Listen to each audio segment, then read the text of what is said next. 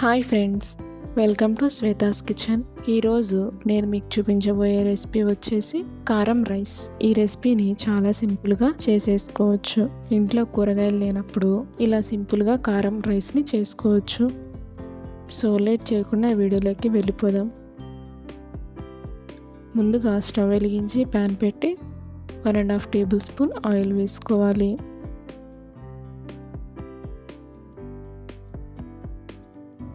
Oil heat అయ్యాక సన్నగా cut చేసిన వెల్లుల్లి ముక్కల్ని వేసి 2 నిమిషాలు ఫ్రై చేసుకోవాలి.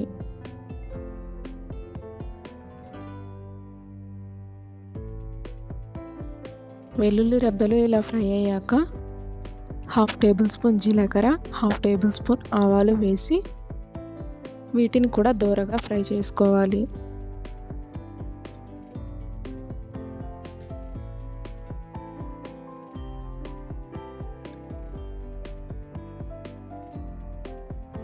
ఇప్పుడు 1.5 టేబుల్ స్పూన్ పల్లీలను కూడా వేసి పల్లీలను బాగా ఫ్రై చేసుకోవాలి.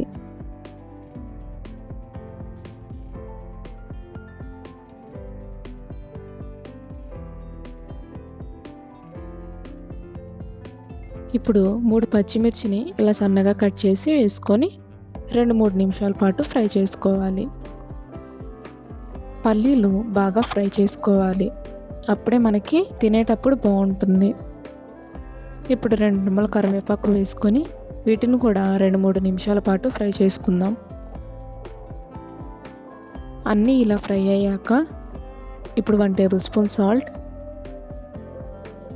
1.5 టేబుల్ స్పూన్ కారం వేసుకొని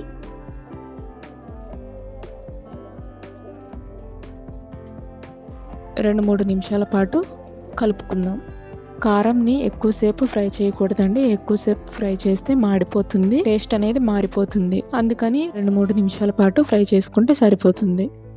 ఇలా ఫ్రై చేసుకున్నాక మనం ముందుగా ఉడికించిన రైస్ని వేసుకొని కారం అంతా అన్నానికి పట్టేలా బాగా మిక్స్ చేసుకోవాలి. ఈ కారం రైస్ ఇంట్లో కూరగాయలు లేనప్పుడు ఇలా ప్రిపేర్ చేసుకుంటే సరిపోతుంది.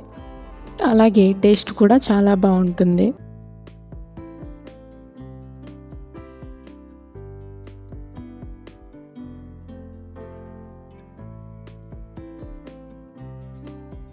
ఇప్పుడు స్టవ్ ఆఫ్ చేసి ఒక ప్లేట్లోకి సర్వ్ చేసుకుందాం.